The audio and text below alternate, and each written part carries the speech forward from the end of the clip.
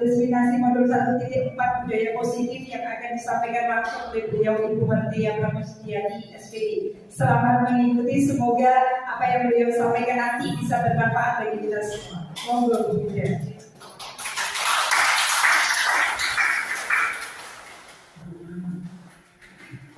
Bapak Ibu, yang terhormat Bapak Kepala SMK PGRI 8 Ponorogo, yang kami hormati Bapak Kepala SMP PGRI Ponorogo, yang kami hormati Bapak Ibu Guru Karyawan Karyawati SMK PGRI 8 Ponorogo, puji syukur senantiasa kita panjatkan kepada Allah Subhanahu wa Ta'ala karena pada siang hari ini Senin 16 Januari 2023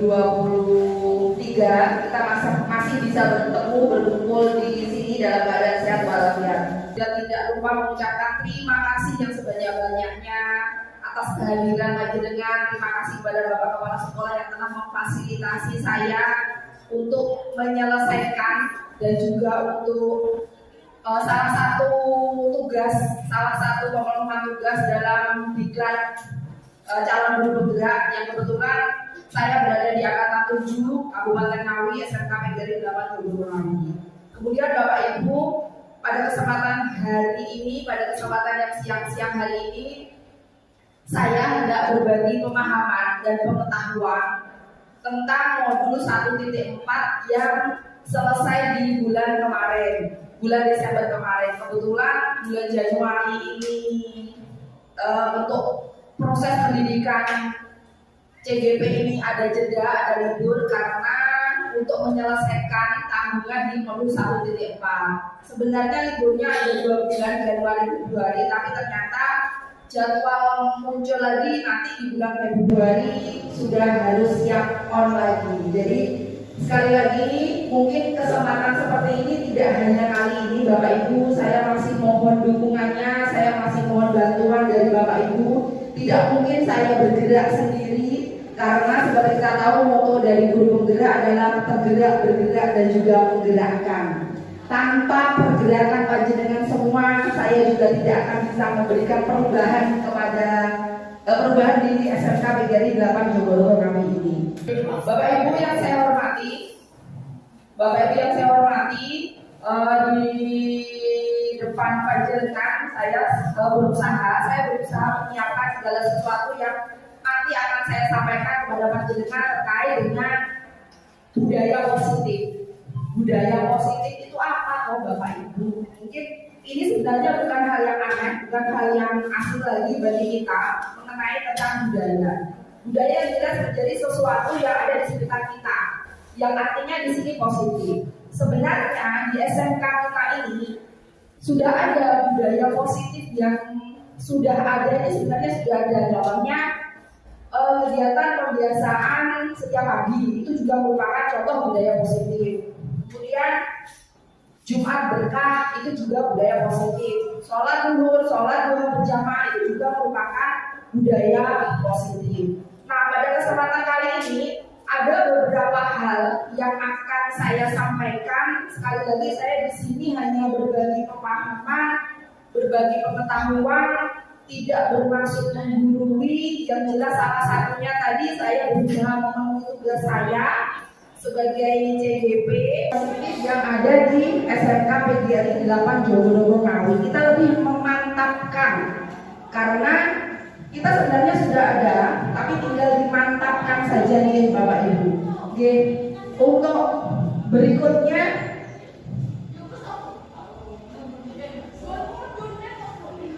sebagai pertanyaan pemantik Bapak Ibu berada di layar depan, saya hanya minta pendapat Bapak Ibu, apakah Bapak Ibu setuju atau tidak kalau yang pertama hukuman dapat mendisiplinkan anak. Setuju nopo boten? Setuju. Simpan saja jawabannya. Yang kedua, nanti kalau dituliskan alasannya pemahaman, wajar banget. Yang kedua, pemberian hukuman dengan hal positif seperti membaca, membersihkan halaman sekolah itu dapat meningkatkan kedisiplinan anak. Setuju nopo boten? Setuju. Boten pakai. Yang ketiga, pemberian penghargaan dapat meningkatkan motivasi belajar anak. Setuju nomor? Setuju. Oke, kalau nomor 3 setuju, nomor 1, 2 ada yang setuju, ada yang tidak. Oke. Alasannya monggo, Pak Eko kalau bisa menyebutkan alasannya monggo. Pakai mic-nya nggak apa-apa, Pak. Baik Bu, mohon izin untuk memberikan alasan. Untuk yang pertama, hukuman dapat mendisiplinkan anak. Kalau tadi Ibu bertanya kepada kami, setuju atau tidak? Kami jawab setuju. Karena apa? Hukuman yang muncul pada sebuah pelanggaran yang dilakukan oleh anak itu berarti anak itu melanggar sebuah norma. Sedangkan norma itu mesti setiap norma atau aturan apapun itu mesti dia di belakangnya ada yang namanya sanksi. Nah, hukuman di situ masuk ke kategori sanksi. Makanya saya setuju sekali. Itu alasannya. Terima kasih Pak Eko. Terima kasih atas alasannya. Baiklah, Bapak Ibu, untuk 3 ini simpan saja, simpan dulu jawaban panjenengan tadi. Saya tidak akan mendiskusikan satu persatu. Saya juga tidak akan berontak. Oh tidak Pak, salah Pak, itu tidak sepakat, tidak. Tapi simpan saja. Kemudian kita lanjutkan Bapak Ibu. Berikutnya, Bapak Ibu yang saya hormati, pada kesempatan siang hari ini ada sedikit banyak, ada banyak topik bahasan yang akan kita selesaikan. Yang pertama, perubahan paradigma belajar, kemudian dilanjutkan disiplin positif, motivasi perilaku, kebutuhan dasar, posisi kontrol, keyakinan kelas, dan juga segitiga restitusi. Di sekitar kita juga ada benda kecil-kecil Bapak Ibu yang hanya untuk menambah suasana agar kita tidak jenuh dengan apa yang nanti akan saya sampaikan di sini. Oke. Baiklah, sekarang kita masuk ke materi yang pertama, yaitu perubahan paradigma belajar. Kalau kita bicara masalah perubahan paradigma belajar, mau tidak mau dari judulnya saja kita sudah harus, oh ini berarti ada perubahan, oh ini berarti ada perbedaan dari yang biasanya. Oke, apa itu perubahan paradigma belajar? Oke, untuk memahami lebih lanjut dengan yang namanya perubahan paradigma belajar, terima kasih Pak Eko. Untuk melanjutkan apa itu yang dinamakan perubahan paradigma belajar, Bapak Ibu, saya punya sebuah kegiatan pemantik lagi, yaitu gerakan kegiatan kepala tangan. Saya mohon ada volunteer, 2 Bapak Ibu atau 2 Ibu, yang satu memegang sesuatu secara kertas, di mana kertas itu harus panjenengan jaga, isinya sangat-sangat berharga bagi panjenengan, yang mana orang yang ke B akan berusaha sekuat tenaga untuk merayu, menghardik, mengancam agar mau membuka kepala tangan tersebut. Saya mohon ada volunteer biar kita bisa langsung in action praktek gimana? J, terima kasih J,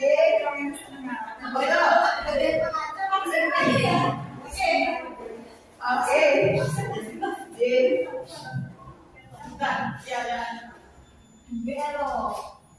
Jangan, kalau orang nanti kelihatan itu sesuatu yang benarnya yang sebenarnya harus dijaga. Apa itu? Mereka bawa yang memegangkan Bu Titis itu menjaga apa yang ada di tangan. Bu Titis bagaimana caranya boleh merayu, boleh mengancam agar Bu Titis mau membuka atau tidak. Pokoknya ini kegiatan terlebih dahulu.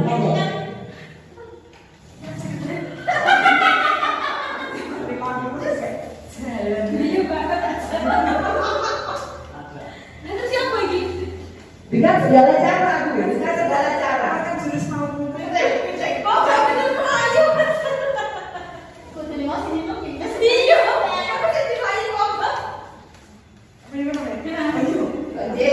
Tidak apa-apa, monggo.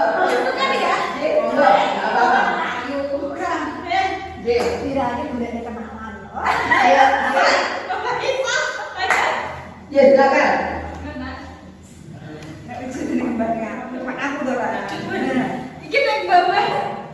Kalau kamu menganggap aku ada kakakmu, Mbak, saya selama ini nggak menganggapmu ibu. Nah, ini pasti saya ya. Terima kasih. ya, karena aku handphone aku, mesti mama dia guys. Kan kamu sama orang.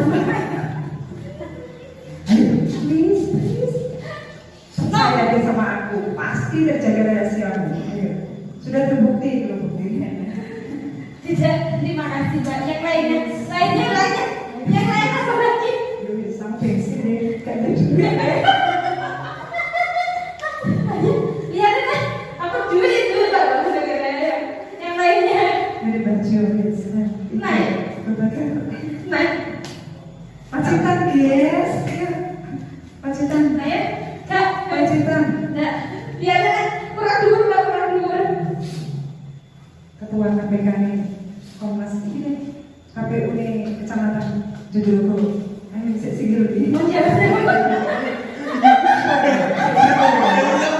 Terima kasih tepuk tangan untuk Bu Siti dan Ibu Siti. Terima kasih Bapak Ibu. Akhirnya terbuka gitu, kalau tangannya itu terbuka. Nah, terbukanya karena apa? Kalau bisa implicitly dipahami seperti ini. sampai belum dia punya. Ya, Jadi dia mendapatkan sesuatu yang dia punya dan yang sangat menarik, akhirnya tergoda. Oke, terus ada lagi lagi. Kebutuhan. kebutuhan. Oke, sesuatu yang oke, sesuatu yang menjadi akan jadi dijanjikan. Terus kemudian apa yang terjadi dengan yang di kepala tadi? Langsung diberikan karena memang dia menginginkan sesuatu yang memang dia butuhkan.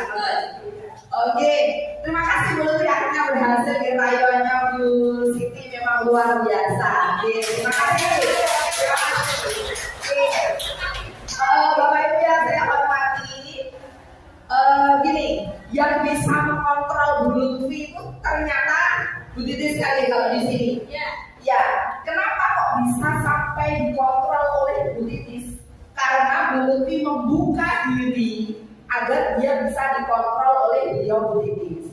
Kan gitu. Kalau misalkan Bu Lutfi ini tidak membuka dirinya, maksudnya tidak membuka dirinya, ya sudah, karena ini yang saya pegang, ini yang saya percaya, ini harus saya tutup dengan imbalan apapun, maka saya berhak, kan gitu maksudnya. Bu Lutfi berhak untuk membuka dan menutup apa yang ada di kepala tangan dengan cara apapun. Nah, artinya yang berhak mengontrol dirinya sendiri, yang berhak mengontrol Bu Lutfi kan tetap Bu Lutfi sendiri.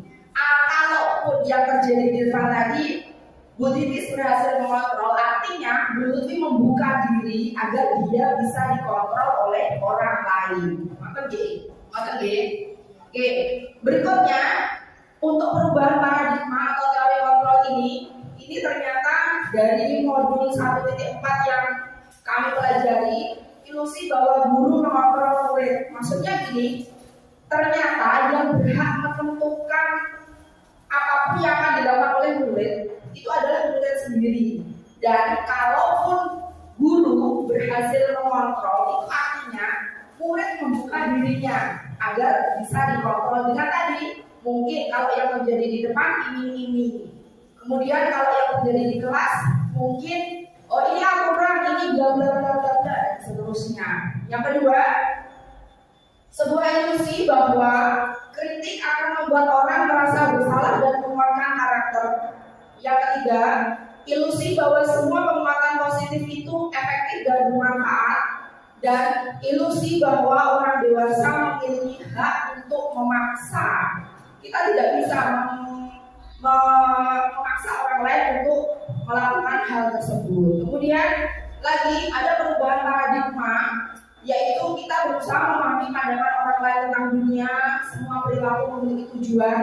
Tujuan dari Bu Lutfi memegang ini tadi sebenarnya adalah menjaga.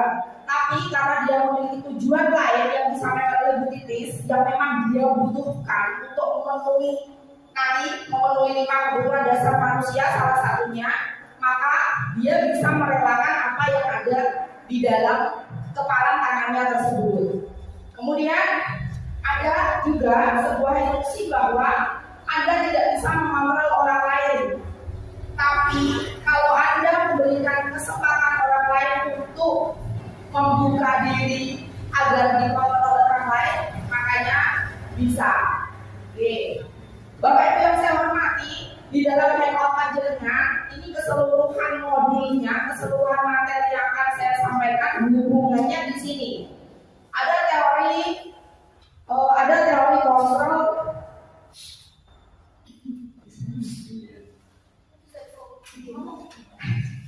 Ada mind map. Ini adalah sebuah mind map. Mind map yang akan kita pelajari dari keseluruhan materi yang akan saya sampaikan. Nah, harapannya dari keseluruhan mind map ini bisa menjawab kegalauan kita dalam menghadapi murid-murid yang ada di SMK PGRI 8 Jogorogo Ngawi. Oke, yang pertama tadi ada disiplin, kemudian tadi semua perilaku memiliki tujuan, kolaborasi, kemudian realitas. Yang nanti akan ada hubungannya dengan kebutuhan dasar manusia, posisi kontrol, segitiga restitusi, teori motivasi, keyakinan kelas, dan juga disiplin. Oke, baiklah mari kita lanjutkan. Oke, Bapak Ibu, untuk selanjutnya yaitu tentang disiplin.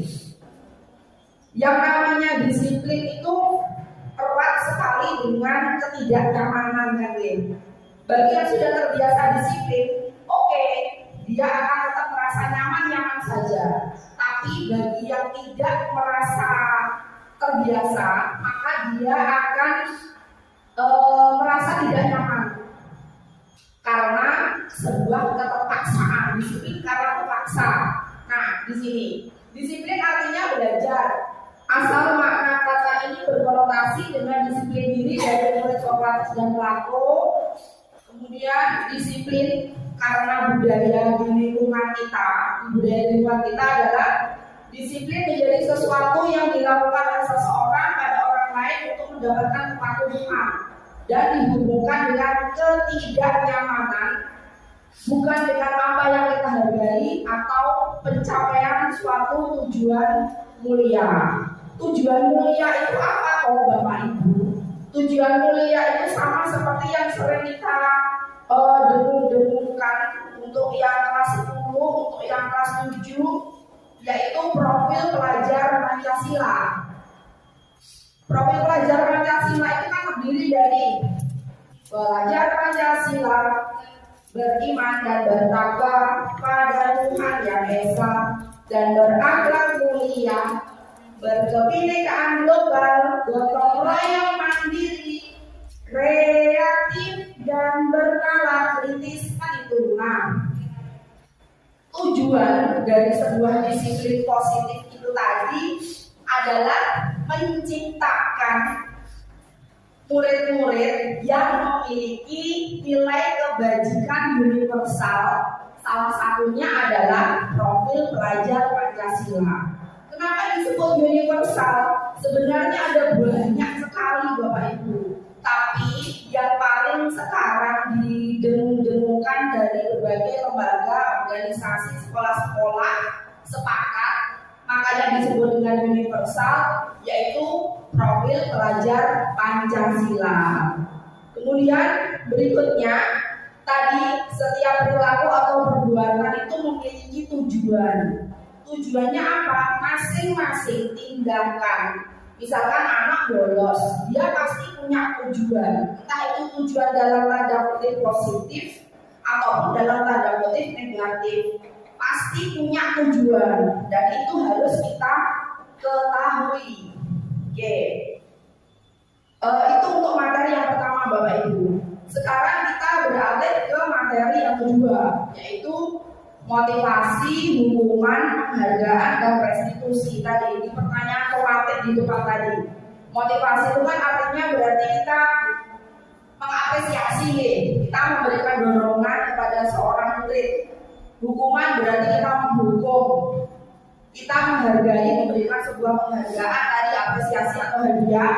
Dan juga restitusi. Nanti akan saya jelaskan apa itu restitusi. Bapak Ibu yang saya hormati, berdasarkan menurut teori Gianni Gosen, bahwa teori motivasi perilaku manusia itu ada dua. Yang pertama yaitu eksternal, artinya dari luar, dan juga internal yang dari dalam. Nah, motivasi eksternal itu yang seperti apa? Misalkan murid-murid kita datang ke sekolah masuk jam 7 karena dia takut kalau dihukum. Misalkan seperti itu, berarti dia melakukan sesuatu karena dia takut karena adanya hukuman. Kalau saya tidak melakukan itu, maka saya akan dihukum, maka saya akan melakukannya. Itu motivasi eksternal. Motivasi eksternal yang kedua hampir sama, tapi ini masih positif, yaitu mendapatkan imbalan. Saya akan masuk ke kelasnya Bu Mida kalau saya dapat nilai 8 di pelajaran bahasa Inggris. Saya mau maju ke depan kalau saya dapat hadiah. Kalau saya tidak dapat hadiah, maka saya tidak mau maju. Itu masuk ke motivasi eksternal. Nah, yang diharapkan sekarang ini adalah semua murid-murid ini memiliki motivasi internal, yaitu motivasi yang berasal dari dalam diri sendiri. Artinya bagaimana? Saya mau menjadi anak yang seperti apa? Kalau saya melakukannya, saya seperti ini loh. Jadi lebih menunjukkan ke karakter dirinya. Nah, inilah yang sangat diharapkan. Dan kita berusaha mewujudkan hal tersebut. Agar apa? Kalau sudah ada motivasi internal dari dalam diri siswa, atau bahkan dalam di sini, di dalam lingkungan guru atau pendidik, ada motivasi internal dari guru, kemudian maka akan mewujudkan sebuah disiplin positif. Kalau sudah muncul disiplin positif, maka budaya positif akan terwujud di SMK PGRI 8 Jogologo kami. Untuk berikutnya Bapak Ibu, tadi yang ada hubungannya dengan penghargaan. Lagi-lagi ini bukan saya yang berbicara, tapi teori menyatakan bahwa ternyata pemberian penghargaan itu pengaruhnya bisa jangka pendek, bisa jangka panjang. Kemudian juga bisa mematikan kreativitas. Kemudian juga bisa menurunkan kualitas.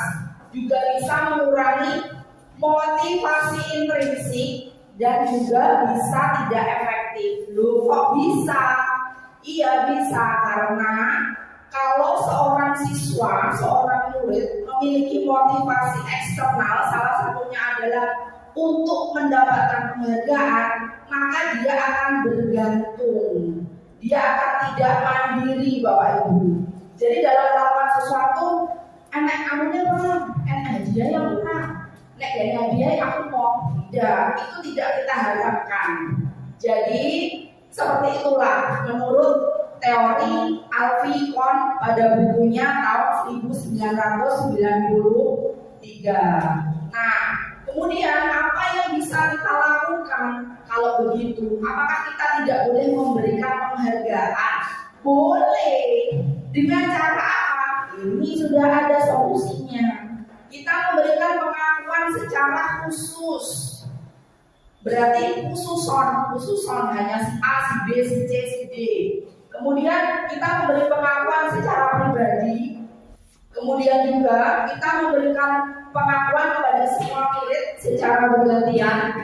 Kemudian konsisten, fokus pada prosesnya. Contoh kalimatnya juga tersedia Bapak Ibu. Jadi nanti kalau misalkan kita berusaha untuk menumbuhkan motivasi intrinsik dari siswa, misalnya kita memuji siswa, maka kita bisa menggunakan kata-kata ini.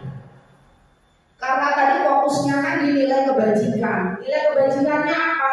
Ini misalkan, kemarin saya perhatikan rasa empatiku besar sekali pada saat menolong murid baru di kelas kita. Jadi inilah yang kita menyentuh ke the bottom of her heart, misalkan pokoknya sampai ke hatinya seperti itu.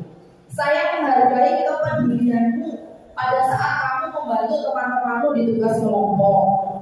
Terima kasih untuk rasa tanggung jawabmu pada saat kamu memungut kertas-kertas yang berserakan di lantai. Nah, itu bisa kita lakukan. Jadi kita sedikit karena tadi di awal sudah ada paradigma perubahan belajar. Ini saya sampaikan Bapak Ibu, sebuah contoh pengakuan atau pengapresiasian sebuah nilai kebajikan. Berikutnya Bapak Ibu, saya punya kasus. Nanti kita bisa analisis bersama-sama. Iva kurang menguasai pelajaran matematika hingga pada saat pelajaran tersebut berlangsung, dia lebih banyak berdiam diri atau menggambar di buku pelajaran.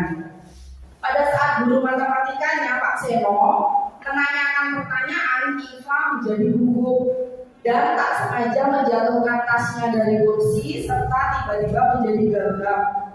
Seluruh kelas pun tertawa melihat perilaku IFA yang bicara tergagap dan terkejut.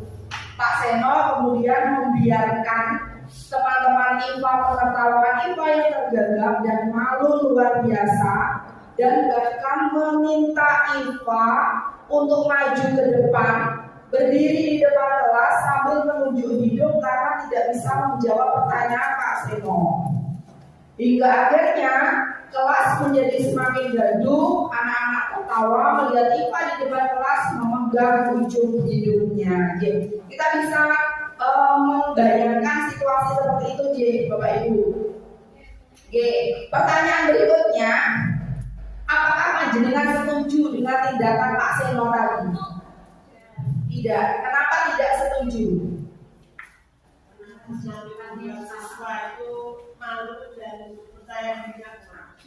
Karena akan semakin membuat IFA malu dan juga membuat percaya diri si IFA kurang. Terima kasih. Mungkin ada tambahan.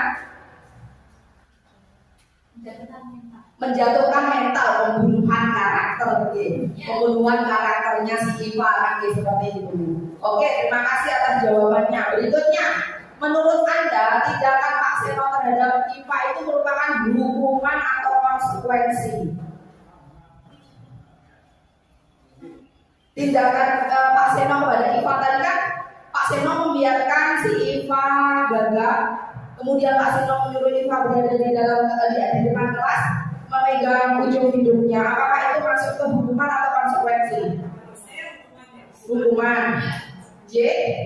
Hukuman. Terima kasih. Ini adalah sebuah hukuman. Betul sekali Bapak Ibu. Apa yang dilakukan oleh Pak Seno ini adalah menghukum si IFA. Kemudian jelas kita tidak akan setuju dengan apa yang dilakukan oleh Pak Seno kepada IFA karena ini akan membunuh karakter si IFA. Kemudian kalau sudah terbunuh karakternya, maka kita akan sulit membangkitkan lagi. Maka dari itu jangan sampai ini terjadi di kita. Berikutnya Bapak Ibu, saya punya latihan lagi untuk membedakan yang mana yang hukuman, yang mana yang konsekuensi. Jadi bisa kita jadikan referensi nanti. Yang pertama, mencatat 100 kali dalam buku kalimat saya tidak akan terlambat lagi. Itu masuk ke hukuman atau konsekuensi?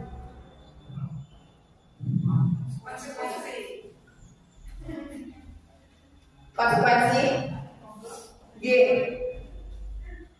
Ya, oke. Catat mawon disimpan dan dicatat. Yang kedua, lari mengelilingi lapangan basket karena terlambat hadir di sekolah. Hukuman. Diminta push-up 15 kali karena tidak menggunakan masker ke sekolah. Konsekuensi. Hukuman. Menggantikan kertas tugas teman yang telah dicoret-coret. Konsekuensi jelas Membersihkan tumpahan air meja tulis karena tersenggol pada saat belajar. Konsekuensi. Murid disuruh untuk mengenakan sepatu seharian di sekolah karena tidak mengenakan sepatu hitam. Mengenakan sendal ini seharusnya. Iya. Hukuman atau konsekuensi? Hukuman.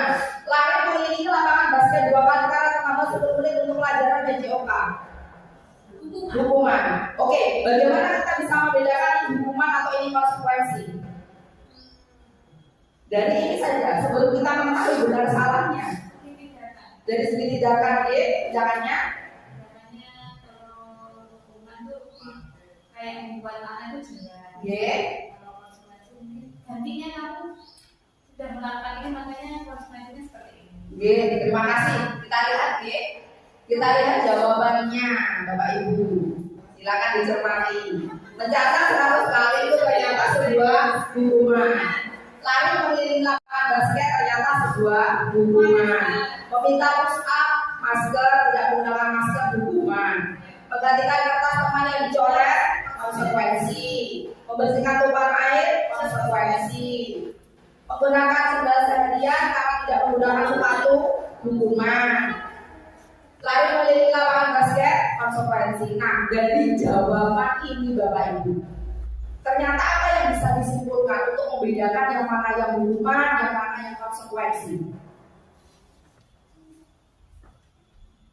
Hubungannya gitu Bapak Ibu. Kalau misalkan mencatat dengan terlambat itu ada hubungannya, itu berarti masuk konsekuensi kalau ada hubungannya. Tapi kalau tidak ada, ya berarti hukuman. Karena mungkin sifatnya juga langsung. Kalau misalnya itu menjadi konsekuensi. Oke. Misalkan mencatat buku, mencatat dalam kalimat saya tidak akan terlambat. Saya tidak akan terlambat itu tidak ada hubungannya dengan terlambat tadi. Menulisnya tadi yang dimaksud. Menulisnya tadi tidak ada hubungannya dengan terlambat. Kemudian kalau menggantikan kertas dengan dicoret-coret jelas. Karena kertasnya teman dicoret-coret, maka kamu ganti. Ini berarti ada hubungannya. Berarti ini masuk ke konsekuensi. Begitu juga membersihkan air di meja tulis karena tersimbol pada saat belajar, yaitu masuk ke konsekuensi. Maka dia Bapak Ibu, jadi kita lebih berhati-hati apakah ini hukuman ataukah ini konsekuensi. Meskipun saya juga sering keliru yang namanya menghukum itu. Oke, Bapak Ibu berikutnya.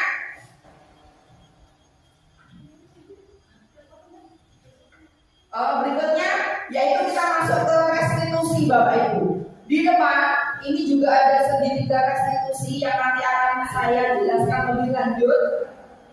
Restitusi itu apa? Restitusi itu adalah mengembalikan sebuah proses, menciptakan sebuah kondisi murid yang membuat kesalahan untuk mereka bisa kembali lagi pada kelompoknya dengan karakter yang lebih kuat. Contohnya tadi, misalkan kasusnya si Iva tadi. Iva tadi kan sudah terlanjur down, sudah terlanjur percaya dirinya berkurang. Kemudian dia sudah dibunuh karakternya. Meskipun Iva tidak melakukan kesalahan, sebenarnya yang salah di sini Pak Seno kan deh. Kalau kita mencari dengan salah, yang salah adalah Pak Seno. Kita bisa mengembalikan Iva agar tumbuh lagi dengan cara menggunakan restitusi ini. Nah, restitusi itu seperti ini. Kemudian langkah yang bisa digunakan apa? Nanti kita akan belajar dialog. Kemudian ini berupa tawaran, bukan paksaan. Kemudian restitusi itu menuntun dan melihat ke dalam diri. Kemudian fokus pada solusi. Kemudian fokus pada karakter, bukan tindakan. Bapak Ibu, untuk seperti kita tahu bahwa siswa di sekolah kita, murid di sekolah kita itu kalau misalkan di restitusi, kita nanti akan menemukan banyak sekali. Kita hanya bisa skala prioritas, yang mana yang prioritas terlebih dahulu, yang mana yang tidak. Saya sempat bercurhat dengan pendamping praktik CBB, Pak, saya sampai bingung Pak menentukan restitusi apa yang akan saya ambil. Karena di sekolah saya menemukan banyak sekali hal yang bisa saya selesaikan dengan segitiga restitusi.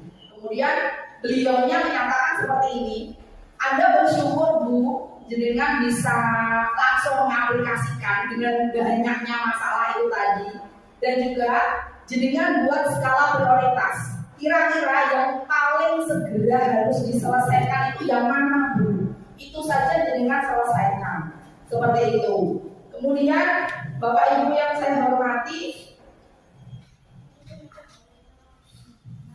berikutnya kita masuk ke materi baru. Sudah tidak tentang segitiga restitusi, nanti segitiga restitusi kita selesaikan di akhir. Karena kita nanti akan langsung role play, langsung bermain peran. Kita lanjut ke keyakinan kelas. Pada minggu kemarin, minggu awal kita masuk pelajaran, saya bersama kelas 10 TO membuat ini keyakinan kelas. Gambarannya seperti ini Bapak Ibu. Keyakinan kelas itu apa? Keyakinan kelas itu tidak jauh berbeda, atau kita biasa menyebutnya, kalau dulu kita menyebutnya itu adalah sebuah peraturan. Tapi sekarang kita tidak menyebutnya sebagai peraturan. Kenapa? Contohnya seperti ini. Untuk menganalogikan, untuk membuat pemahaman, kenapa kok tidak peraturan, tapi kenapa kok harus keyakinan? Kita naik sepeda motor. Kita naik sepeda motor kan kita harus memakai helm. Kenapa harus memakai helm? Untuk menjaga diri. Aturan, mematuhi peraturan tata tertib lalu lintas yang buat orang sana kan ya. Oke, tapi kita menjaga diri, ya. Apa lagi? Biar keren. Iya memang itu. Ada beberapa yang menyatakan bahwa kalau saya memakai helm, maka saya tampak keren. Helm, masker, ya sudah, itu keren sekali ya Bapak Ibu. Jenengan yakin kan dengan hal tersebut? Yakinnya seperti ini. Saya yakin kalau saya memakai helm, saya bisa selamat kalau terjadi kecelakaan. Minimal saya selamat kalau terjadi kecelakaan yang benturan kepala. Yakin boten? Yakin. Begitu juga tadi saya akan memakai helm. Saya yakin kalau saya memakai helm itu saya akan tampak ganteng, tampak cantik kan nonton ya. Nah itu diyakini. Dan itu kan kalau yang namanya diyakini kan munculnya dari dalam diri kan gitu. Maka dari itu keyakinan yang di luar tadi kemudian kita bawa ke dalam kelas dengan namanya keyakinan kelas. Tujuannya apa? Lagi-lagi mendukung motivasi intrinsik sehingga siswa-siswa tersebut, murid-murid tersebut itu bisa melakukan sesuatu dari dalam dirinya, bukan karena peraturan, bukan karena paksaan. Peraturan kelas bentuknya seperti ini. Kemudian kalau peraturan kelas ini ditingkatkan, maka akan menjadi sebuah keyakinan kelas. Kalau keyakinan kelas ini setiap kelas sudah terbentuk, sudah terwujud, maka akan terciptanya lingkungan sekolah yang positif. Kalau sudah, maka akan muncul budaya positif. Yang namanya budaya kan pasti sudah membudaya, sudah menjadi sebuah kebiasaan tanpa paksaan, tanpa takut akan hubungan, tanpa mengharapkan imbalan seperti itu. Contohnya seperti apa? Contohnya ada di sini. Seperti apa sih bentuk keyakinan kelas itu? Ini. Saling menyayangi, semangat belajar, peduli, itu salah satu contoh keyakinan kelas. Harapan saya setelah pertemuan ini saya bisa bertemu dengan Bapak Ibu lagi di luar forum ini. Saya ingin mengetahui, saya ingin bekerja sama dengan Bapak Ibu untuk bagaimana caranya kita bisa mewujudkan keyakinan kelas. Baik itu mungkin gini, keyakinan kelas itu bisa berumah. Misalkan saya bahasa Inggris, saya membuat keyakinan kelas dengan kelas 10 TO, atau kelasnya sendiri memiliki keyakinan kelas yang harus ditaati dan dipatuhi oleh semua warga kelas bersama wali kelas. Itu diizinkan Bapak Ibu. Kemudian jumlahnya tidak usah banyak-banyak. Keyakinan kelas itu cukup 3-7 saja. Jadi tidak usah banyak-banyak. Agar apa? Harapannya dengan nilai hanya 3-7, siswa kita, murid kita itu paham, kemudian kemudian dan mau mentaatinya. Kemudian cara membuatnya seperti apa? Keyakinan kelas ini akan dibuat dengan cara dialog dengan mereka. Kita minta kesepakatannya mereka. Aku arep ulang bahasa Inggris, tapi ayo gawe sebuah keyakinan kelas, bukan peraturan. Jadi sekali lagi bukan peraturan, karena kalau sifatnya nanti peraturan atau namanya peraturan akan lebih memaksa. Tapi kalau keyakinan, kita sentuh dasar hati mereka. Ayo, gue pengen piye dengan pelajaran bahasa Inggris. Oke Bu, saya mau, misalkan kemarin yang saya buat di kelas 10 TO, secara umum mereka memilih tidak fokus ke mapel bahasa Inggris, tapi mereka memilih untuk umum datang tepat waktu Oke, kemudian ada yang memilih pulangnya harus bareng selesai sampai dengan akhir. Ada juga yang meminta atau mengusulkan bahwa kelasnya harus selalu bersih. Oke, kemudian kalau masing-masing anak, masing-masing siswa itu sudah mengungkapkan apa yang menjadi keinginannya, maka dikembalikan lagi. Sepakat enggak ini dengan keyakinan ini? Iya Bu, sepakat, yakin iya. Kalau yakin kita tempel lagi di dalam kelas. Agar apa? Semuanya ingat, semuanya membaca, semuanya memahami. Jadi Bapak Ibu, hal itu tidak bisa satu kali diselesaikan, satu kali dikontrol, tidak bisa. Kita harus berulang-ulang lagi, kita harus banyak repetisi karena memang kondisi siswa kita, kondisi murid kita yang sangat luar biasa. Bapak Ibu boleh loh sambil dahar, nggak apa-apa, monggo. Berikutnya cerita lagi ini. Minggu kemarin saya membuat keyakinan kelas dengan kelas ini 12 PKM. Hasilnya luar biasa Bapak Ibu. Saya benar-benar kok seperti ini? Apa yang harus saya lakukan seperti itu? Hasilnya seperti apa? Anak-anak ketika saya edarkan ini flip apa yang bisa ditempel itu, mereka hanya menulis mulai Bu, aku manut opo jare, free rokok, free kopi. Itu yang dia tulis. Kemudian saya tanya, ketika itu mereka menuliskan tidak ada namanya di situ. Saya suruh tempel di depan. Setelah ditempel di depan, saya tanya, kenapa kok kamu seperti ini? Bu, saya pusing Bu. Itu jam 3.4 padahal Bapak Ibu jamnya puluh. Saya minta, saya masuk ke kelas. Benar-benar wajahnya yang tampakan sebuah wajah yang lelah. Padahal baru sampai jam 3.4 wajah yang lelah itu sudah tampak sekali. Pokoknya maunya sudah Bu.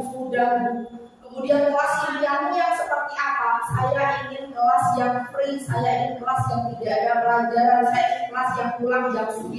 Itu realita murid kita Bapak Ibu. Ya, realita itu saya sempat gede-gede. Itu juga saya konsultasikan kepada PP.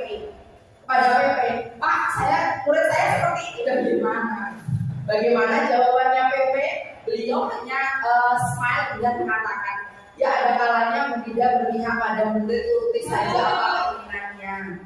Tapi beliau mengatakan itu implicitly, beliau tahu kondisi sekolah kita. Implicitly seperti itu. Jadi memang ini sebuah tantangan yang sangat besar sekali untuk memulai keyakinan kelas. Kita sudah menghadapi sebuah tantangan, apalagi untuk mewujudkan budaya positif ini berarti kalau saya sendiri saya tidak akan mampu, saya membutuhkan panjenengan, saya membutuhkan Bapak Ibu semua, saya ingin menghadirkan Bapak Ibu di dunia pendidikan di SMK PGRI 8 Jogorogo kami ini. Oke, kemudian Bapak Ibu, ini contoh untuk keyakinan kelas. Boleh Bapak Ibu menuliskan hormat gitu saja. Boleh Bapak Ibu nanti menuliskan disiplin gitu saja. Atau dispesifikkan datang tepat waktu, menyapa teman, mengembalikan barang yang dipinjam, itu boleh. Jadi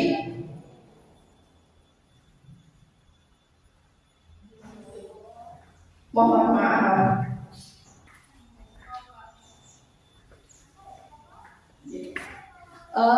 Berikutnya kita bedakan sekarang contoh konkretnya. Keyakinan kelasnya tanggung jawab berarti mengembalikan buku pada tempatnya, menghormati orang lain, dilarang mengganggu, kesehatan, dilarang menggunakan narkoba, menghormati orang lain bersabar, itu berarti bergantian atau menunggu giliran, menggunakan masker berarti keyakinan kelasnya adalah kesehatan atau keselamatan. Jadi di sini keyakinan kelas itu sifatnya umum, abstrak. Kalau peraturan sifatnya spesifik. Tapi kalau misalkan di lapangan maksudnya di kelas, kita akan membuat keyakinan kelas yang berupa seperti ini karena itu menjadi sebuah kesepakatan diyakini oleh kelas bagaimanapun bahasanya diizinkan Bapak Ibu. Diizinkan, tapi judulnya atas tetap keyakinan kelas. Isinya monggo. Karena beberapa contoh dari teman-teman pun seperti itu. Ada yang isinya peraturan sebenarnya, tapi atasnya keyakinan. Kembali lagi, tidak ada salah, tidak ada benar. Kalau itu memang disepakati di kelas, sudah menjadi keyakinan kelas, tidak apa-apa. Karena itu menjadi hak prerogatif, haknya di sekolah. J. Bapak Ibu sudah hampir di penghujung. Kita sudah masuk ke kebutuhan dasar manusia. Tadi di awal Lutfi menyatakan bahwa saya butuhnya ini, makanya saya membuka kepala kanan, kan gitu ya. Di sebelah kanan ini juga ada Bapak Ibu 5 kebutuhan dasar manusia meliputi 5 kebutuhan dasar manusia itu meliputi kebutuhan untuk bertahan hidup, kemudian kebutuhan akal rasa kasih dan rasa diterima. Ini menurut dia dosen, teorinya dari dosen. Kemudian yang ketiga ada kekuasaan. Kemudian ada kesenangan, having fun. Kemudian ada juga kebebasan. Nah, 5 ini harus dipenuhi dalam artian kita juga berusaha memenuhi kebutuhan dasar kita. Kita juga mengetahui kebutuhan dasarnya murid itu seperti apa. Sama. Jadi manusia ini meliputi kita sebagai pendidik, kita sebagai guru, dan juga anak didik kita. Nah, sekarang satu persatu kebutuhan untuk bertahan hidup. Yang seperti apa kebutuhan untuk bertahan hidup? Kebutuhan untuk makan, minum, sandang, pangan, papan, termasuk kebutuhan biologis. Itu masuk ke kebutuhan untuk bertahan hidup. Jadi lebih ke kebutuhan fisiologis. Saya lapar, maka saya makan. Saya kehujanan, maka saya membutuhkan rumah. Berikutnya, yang kedua, kebutuhan akan rasa kasih sayang dan juga diterima. I love you, Lutfi. Iya, I love you too. Nah itu juga merupakan kebutuhan. Saya bisa diterima di kelompok A dengan lapang dada, dengan tangan terbuka. Itu masuk kebutuhan. Saya bisa ikut sosialitanya si A. Saya ingin diterima di sana. Itu masuk ke kebutuhan akan rasa kasih sayang dan rasa diterima. Bersifat psikologis gitu, kalau seperti ini gitu. Lebih ke psikis kita. Berikutnya kebutuhan akan penguasaan yang bagaimana. Biasanya ciri-ciri siswa, ciri-ciri murid yang kebutuhan dasar manusianya dan penguasaan itu mereka selalu menginginkan menjadi pemimpin. Mereka selalu ingin di depan. Kalau misalkan mereka berbuat salah, maka mereka akan sangat kecewa. Mereka tidak mau salah. Itu berarti kebutuhan mereka untuk memenuhi penguasaannya ini. Kalau kebebasan yang seperti apa? Ini lebih pemilihan. Ada beberapa anak, mungkin putra putri bapak ibu tidak suka diberi bekal dari rumah, lebih suka uang saku karena kalau uang saku dia bisa bebas. Mau jajan A, B, C, D, mau jajan di mana bebas. Itu berarti kebebasan. Kalau misalkan bekal, ya artinya dia hanya makan ini saja. Kan seperti itu. Kemudian ada juga murid yang menginginkan Bu, jam kosong Bu. Nah itu juga memenuhi kebutuhan mereka loh Bapak Ibu, agar mereka bebas tadi. Seperti itu ya, kita juga harus sedikit oh ini loh memenuhi kebutuhan kan? Oh iya, tadi semua perilaku memiliki tujuan. Yang terakhir kesenangan jelas. Murid membutuhkan kesenangan, murid membutuhkan have fun. Kemudian murid juga tidak ingin terlalu lama dalam keadaan sedih. Mereka juga ingin bermain. Itu berarti kebutuhan akan kesenangan. Nah, Bapak Ibu, untuk yang pemenuhan dasar kebutuhan dasar manusia ini, sekali lagi tidak hanya berlaku bagi murid saja, tapi juga kita Bapak Ibu guru juga pasti akan berusaha memenuhi kebutuhan dasar ini. Kalau misalkan murid-murid kita ini tidak bisa mencapai ataupun memenuhi kebutuhan dasar manusia ini dengan cara yang positif, mereka akan menggunakan segala cara, bahkan dengan cara yang negatif untuk memenuhi hal ini.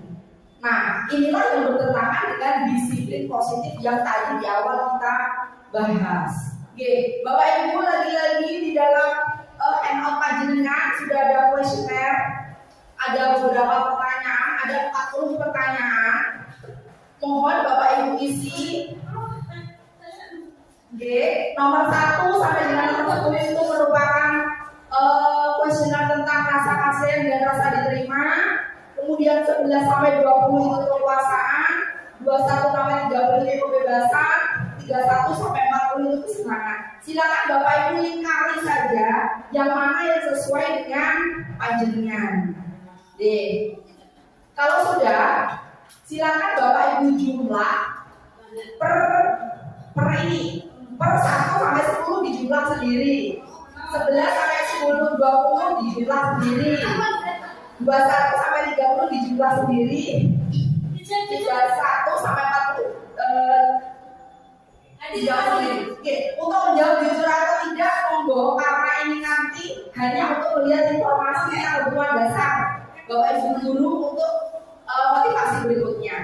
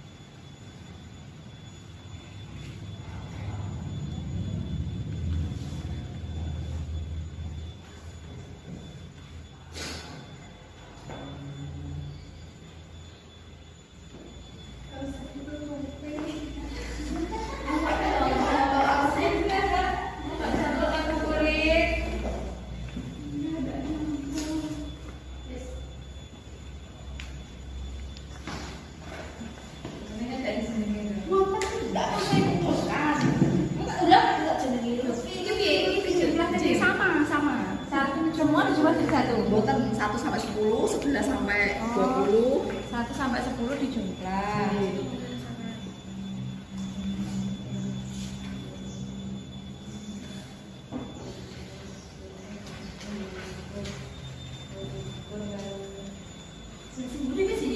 Gong, kayak gini.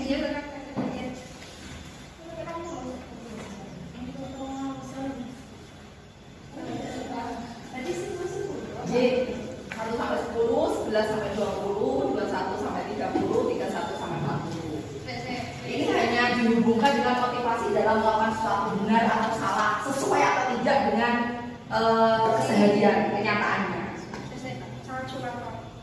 Kuesioner ini sebenarnya juga boleh diisikan untuk peserta didik, untuk murid, untuk mengetahui mereka membutuhkan apa.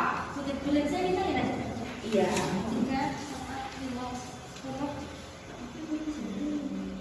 Barang saya di depan tadi. Tidak apa-apa.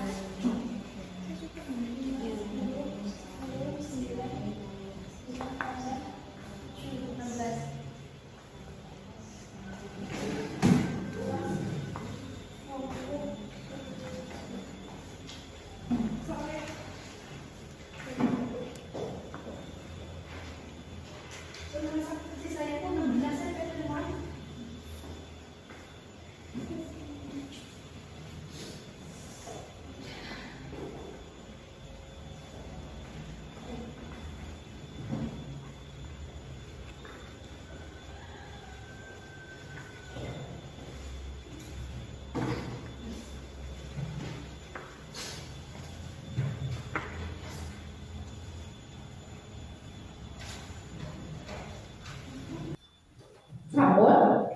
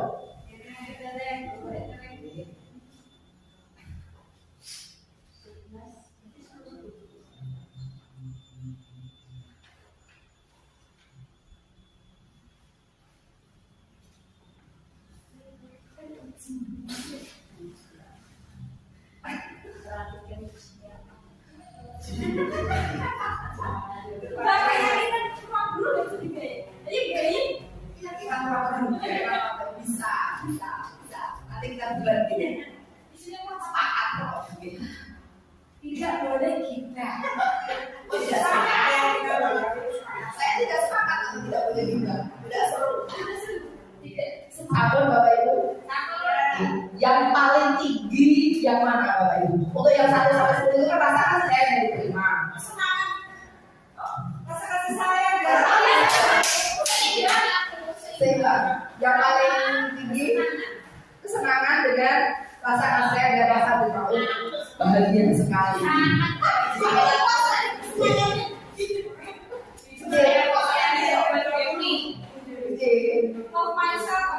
Ya, yang paling rendah Bapak Ibu. Yang paling rendah di 21 sampai 30. Kebebasan. Tidak menginginkan kebebasan. Yang paling rendah kebebasan. Budaya yang paling rendah kebebasan juga. Sama. Kasih sayang. Kebebasan. Kasih sayang. Masalah yang paling tinggi nilainya nomor 9 kekuasaan. Oke, 9 sampai 20 memang laki gitu. Yang paling rendah apa? Iya,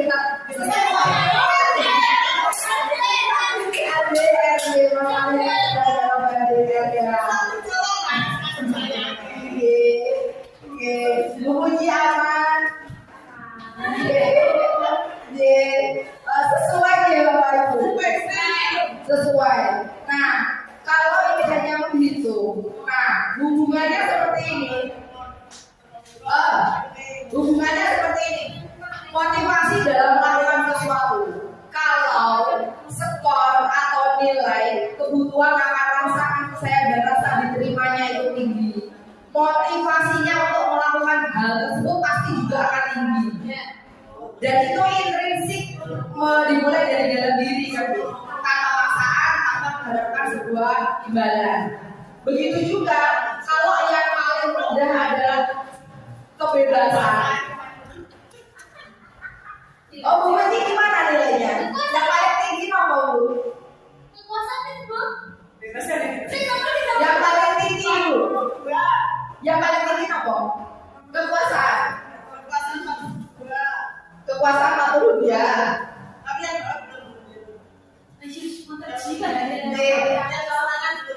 Tak bisa ini jadi waktu. Oke, baiklah, sudah sesuai dengan motivasinya.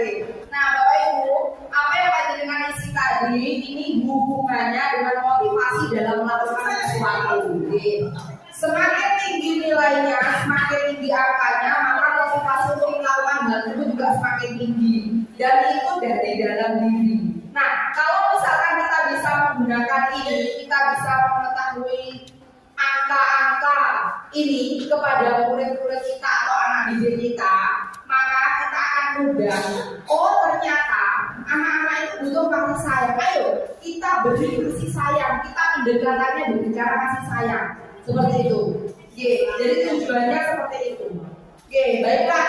Bapak Ibu, selanjutnya ini materi yang kedua dari terakhir, posisi kontrol guru. Posisi kontrol guru itu ini khusus materi kita untuk mengetahui lebih dalam tentang diri kita. Menurut Diane Gosen dalam bukunya The Choice of Theory, posisi kontrol guru itu ada 5, Bapak Ibu. Kita sebagai guru nanti kita bisa introspeksi, kita bisa evaluasi kita berada di mana. Apakah kita seorang penghukum? Apakah kita seorang yang membuat rasa bersalah? Apakah kita seorang teman, pemantau, atau manajer? Nah, kita telusur satu persatu, Bapak Ibu. Yang dilakukan Pak Seno di depan tadi adalah beliau adalah seorang penghukum, karena dia menghukum. Efeknya apa? Ini murid akan memberontak, menyalahkan orang lain, berbohong, karena murid menghardik, menunjuk, menyakiti, dan juga menyindir. Kalau guru zaman dulu mungkin menghukum ini umum, tapi kalau sekarang sudah jangan sampai ada lagi hal tersebut itu. Kemudian yang kedua, guru yang membuat rasa bersalah. Jadi misalkan kita melakukan sesuatu, kita mengatakan bahwa Bu Mida kecewa loh dengan kamu, kok kamu berbuat seperti itu. Nah itu kan anak akan merasa, aku mengecewakan Bu Mida.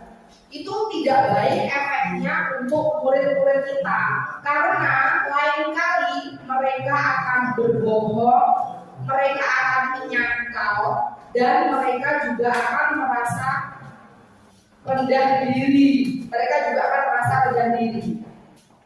Kemudian berikutnya Bapak Ibu, ini yang saya kalau introspeksi, saya lebih ke teman dengan murid-murid kita yang ada di sini. Karena apa? Karena saya sering mengatakan, ayolah bantu demi ibu lo, demi lo kerjakan, ayo lo bantu, demi dan minta tolong lo, ayo lo. Nah, ternyata kalau kita memposisikan diri kita sebagai seorang teman dengan mengatakan hal itu membuat murid-murid kita tidak mandiri atau tergantung. Gak apa-apa ada bidang gak nyuwonek, ada gak didawi bulut ya, gak apa-apa. Nah, seperti itu, jadi tergantung. Kemudian berikutnya pemantau, kita berada sering di sini. Saya pribadi sering berada di antara teman dan pemantau. Kalau pemantau itu lebih ke mengawasi, lebih ke menghitung. Terlambat berapa kali? 5 kali. Kemudian sudah tak hitung 5 kali kamu telat, kok sering diulangi lagi, bla bla bla bla bla. Nah, di sini menitik beratkan pada sanksi atau hadiah. Ini sebagai posisi kontrol pemantau. Nah, idealnya bagaimana? Idealnya ya di sini Bapak Ibu, kita harus bisa menjadi seorang manajer. Manajer itu seperti apa? Seperti ini, misalkan. Kalau kita mengajukan pertanyaan kepada siswa, kita tanya alasanmu apa? Kenapa kamu melakukan A? Kenapa kamu melakukan B? Bagaimana ceritanya? Jadi kita lebih menjadi manajer bagi mereka. Kemudian kalau kita sudah menjadi manajer, posisi kontrolnya sebagai seorang manajer, maka kita akan menguatkan pribadi. Kemudian kalau sudah, kita bisa membuat murid itu meletakkan dirinya sebagai individu yang positif dan juga dunia berkualitas. Nah, dari 5 posisi kontrol ini, sekali lagi, idealnya Bapak Ibu kita bisa memposisikan diri sebagai seorang manajer. Kita bukan sebagai penghukum, kita bukan sebagai guru yang membuat rasa bersalah, sebagai teman, sebagai pemantau, tidak. Tapi kita sebagai seorang manajer. Nah, bagaimana caranya? Contohnya bagaimana kalau kita mau menjadi seorang manajer?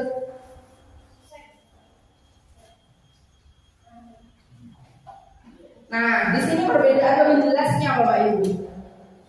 Seorang guru yang membuat rasa bersalah, maka dia akan mengatakan bahwa saya kecewa dengan kamu. Secara tidak langsung itu membuat si anak akan merasa bersalah. Kemudian kalau penghukum, kamu kamu tidak benar, kowe salah, kowe tak hukum, ayo kowe lari-lari neng lapangan. Kemudian kalau sebagai teman, lakukanlah demi Ibu Wida, lakukanlah demi Bapak, ayo kita tolong, ayo tolong lakukanlah demi saya, itu sebagai teman. Kalau teman tahu, apakah kamu mau mendapatkan stiker bintang hari ini? Nah, kalau di sekolah dasar maupun sekolah tingkat bawah, itu kan stiker bintang itu kan berperan. Kemarin di kelas 11 AK juga minta, Bu, dibuatkan stiker jempol. Saya sudah tidak bolos. Oh iya, siap, lain kali ya. Seperti itu, kelas 11, 10 AK kemarin minta seperti itu. Itu berarti kalau misalkan kita melayani, maka kita posisinya sebagai pemantau. Harapannya tadi sekali lagi, kita bisa menjadi seorang manajer. Bagaimana kamu bisa menyelesaikan masalah ini? Seperti itu. Oke. Bapak Ibu, untuk materi yang terakhir, ini adalah segitiga restitusi. Tadi yang saya sampaikan di awal, segitiga restitusi itu adalah mengembalikan siswa di posisi kontrol atau di posisi awal sehingga mereka menjadi lebih kuat. Nah, untuk segitiga restitusi ini Bapak Ibu, di dalam handout panjenengan saya punya dialog. Nanti kita role play. Kita role play, tidak usah lagi cukup sekelas mawon, karena di dalam segitiga restitusi itu tadi ada yang pertama menstabilkan identitas, meliputi setiap orang pasti pernah melakukan kesalahan. Ini contoh dialognya gitu. Kamu bukan satu-satunya yang pernah melakukan ini. Yang kedua, validasi akan kebutuhan. Yang foto orang butuh buat semir dan kita keren bu, tiru-tiru kancane bu. Jadi kita validasi kebutuhan mereka sesuai dengan 5 kebutuhan dasar ini tadi. Kemudian yang ketiga, menanyakan keyakinan. Karena di awal tadi kita sudah membuat keyakinan kelas, maka kita tanyakan lagi loh, keyakinan kelasmu apa? Jadi ini gue pengen tampak rapi, jadi ini gue pengen tampak patuh. Kenapa kok menjadi seperti ini? Begitu G. Untuk selanjutnya Bapak Ibu di dalam handout. Terima kasih Dewi. Hati-hati di jalan. Tidak apa-apa. Untuk berikutnya ada role play Bapak Ibu. Di situ nanti bisa panjenengan pelajari cara berdialog menggunakan segitiga restitusi dengan memposisikan diri sebagai seorang manajer. Itu bisa panjenengan baca kalau misalkan di rumah atau ada jam kosong. Nah, Bapak Ibu, ini yang bisa saya sampaikan di siang hari ini. Tidak lupa saya juga memiliki sedikit video pendek dari apa yang telah saya kerjakan kemarin di kelas 10 TO dan juga kelas 12 TKR tentang membuat keyakinan kelas. Jadi saya hanya ingin berbagi dengan panjenengan.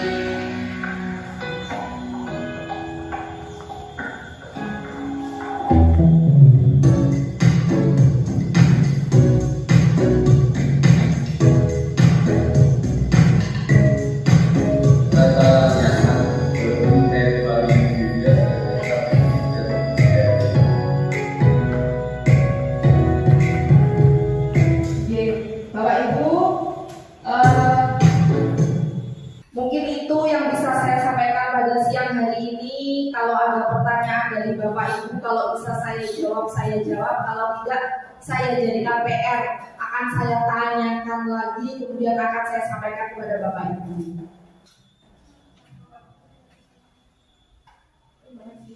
Tidak ada? Terima kasih banyak. Sekali lagi saya ucapkan terima kasih banyak atas kehadiran, partisipasi dan juga kedatangan Bapak Ibu pada siang hari ini. Semoga apa yang saya sampaikan ini memberikan manfaat dan saya berharap saya bisa hadir di pendidikan SMK PGRI 8 Bogor kami bersama Panjenengan Sedoyo. Saya mohon maaf atas segala kekurangan dan kesalahan. Saya akhiri. Wassalamualaikum warahmatullahi wabarakatuh.